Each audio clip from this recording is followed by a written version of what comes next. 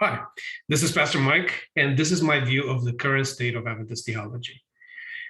If we look at the bottom here, most people that are either coming to our church or that grew up in the church, at some early point in their theological education, they're in a state of what I will call blissful ignorance when it comes to their understanding of any challenges or difficulties with Adventist theology.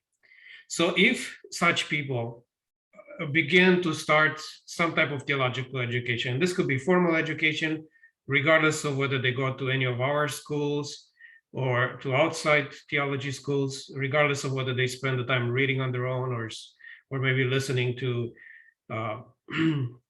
videos, podcasts, things like that from theologians. As they grow in their understanding of theology, they often come to a point of crisis because they realize that there's certain issues in Adventist theology that are not very clearly addressed. So they come to a point of crisis, and they might spend some time trying to work through this crisis, but for the vast majority of people, as far as I can tell, that have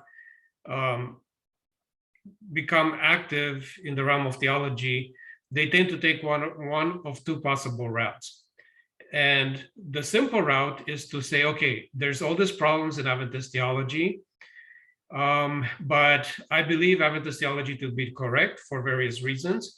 So therefore, those problems are either imaginary, they don't really exist, they're not really there, they're not real problems, or they try to come up with simplistic solutions to those problems and then dismiss them and say, okay, we've dealt with them, we've settled them, the problems are fixed.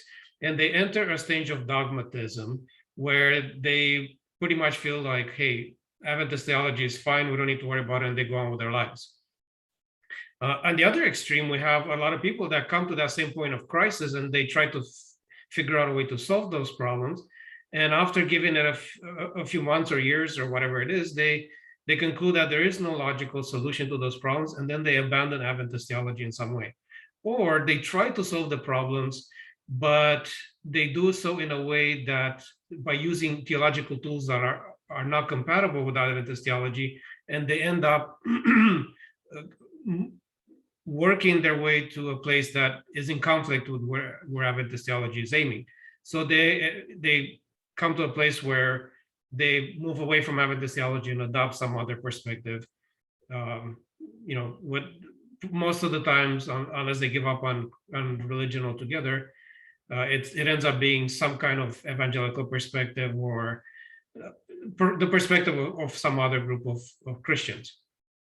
So the vast majority of people, I would say, at least for the past 40 years, the vast majority of people in Adventism are either in the state of blissful ignorance about Adventist theology, or they become dogmatic and they rely on simplistic solutions to real challenges, real difficulties, or they give up on Adventist theology and they move over to other points of view.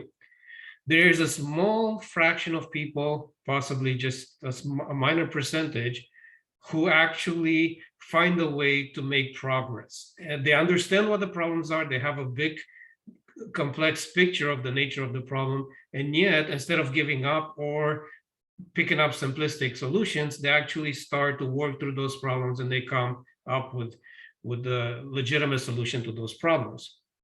Now, from where I stand, looking at the situation, I would say that the majority of problems with Adventism can be broken down into two different categories. And the first category I would call the traditionalist category. And these are the kind of problems that have to do with basically traditional or orthodox Christian theology. So it has to do with exegesis, it has to do with Christian tradition, it has to do with Protestant tradition, the Protestant understanding of the gospel. Essentially, they're more of a theological types of problems, and they're usually the kind of concerns that more conservative Christians have. So people outside the denomination looking over to our theology would probably raise these concerns if they came from a more conservative point of view.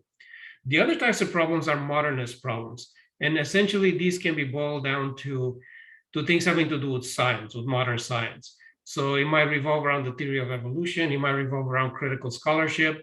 So people that come at us from this angle are usually people that are slightly further left on the conservative liberal spectrum within the wider Christian community.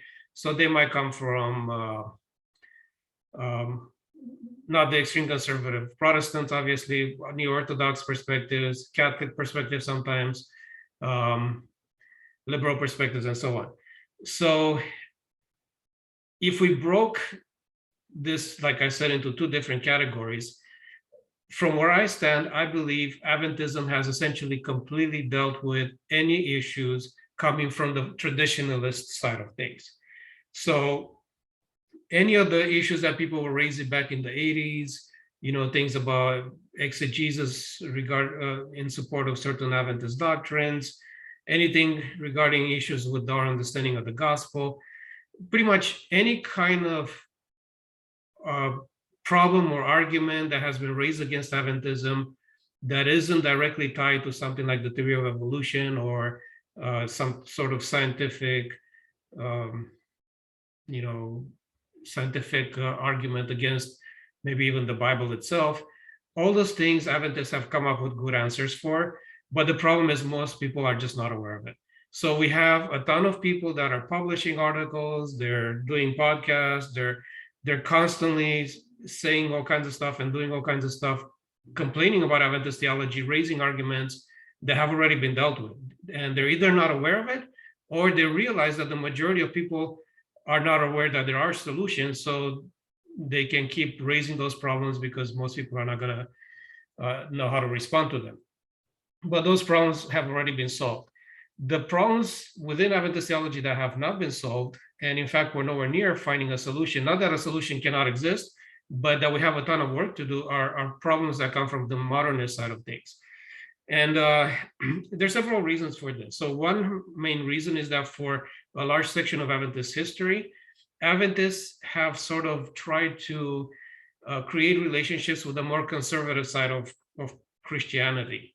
So usually fundamentalists, conservative evangelicals, and things like that. So we spent the majority of our theologians that were trying to resolve problems in Adventist theology spent their efforts dealing with the traditionalist side of the objections.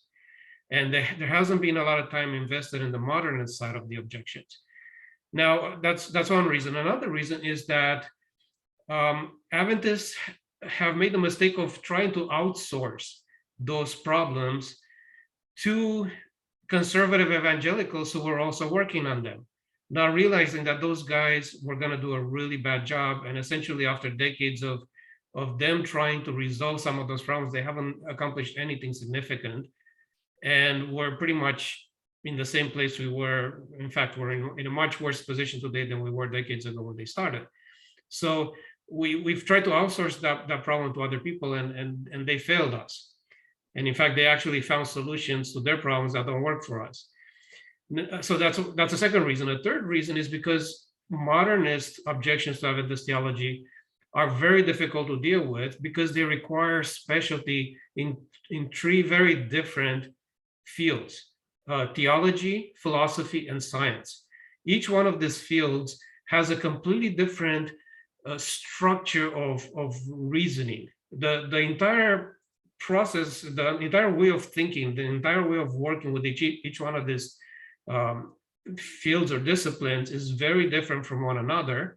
And it's very rare to find people that are comfortable working within each of these perspectives. And yet, to solve a lot of these problems, we need people that are comfortable in all this area. So we just don't have people that have the expertise to deal with these problems.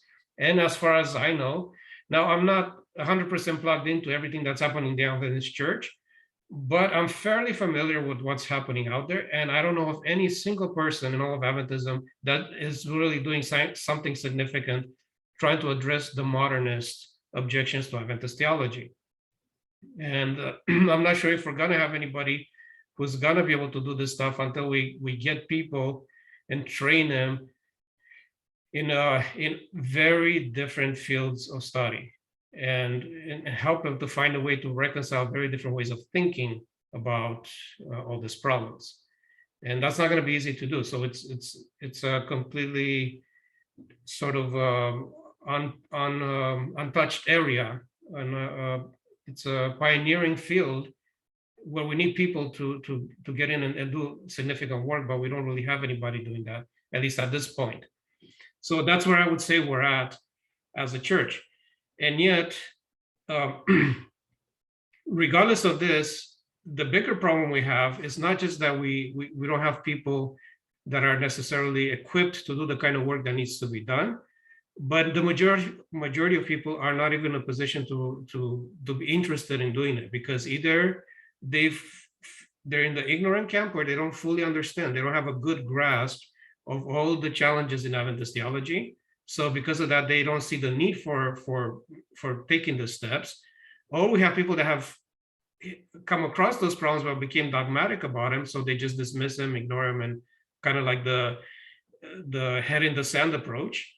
And then we have people that just abandoned our way of thinking altogether, and they've taken completely different routes. And sometimes they don't even realize they're doing that, because they think they're being faithful to Adventism, when in fact they've actually adopted completely different systems of thought. So the majority of our what would be the word here, our intellectual capital in this denomination of 20 million people, the majority of our intellectual capital is being mismanaged. It is not being assigned to where it needs to be assigned to actually make the progress we need to make to be able to accomplish the things that we are here to accomplish, which is to be able to take a coherent message to the world before the coming of Christ. So unfortunately, I'm not sure what the solution is here until people come to the place where they realize what the needs actually are, and they take the next necessary steps to make those changes, to put the effort in and to do the work that's needed to be done to figure out some of these challenges that we're facing. And until that happens, I'm not sure exactly where we're going to be as a church. If anybody has any concerns with this, or any objections or counter arguments, I'm more than willing to hear you out. But this is my observation after decades of looking at this stuff from every possible angle and trying to understand where we're at as a church, and why things are not moving along the way it seems like they should be moving.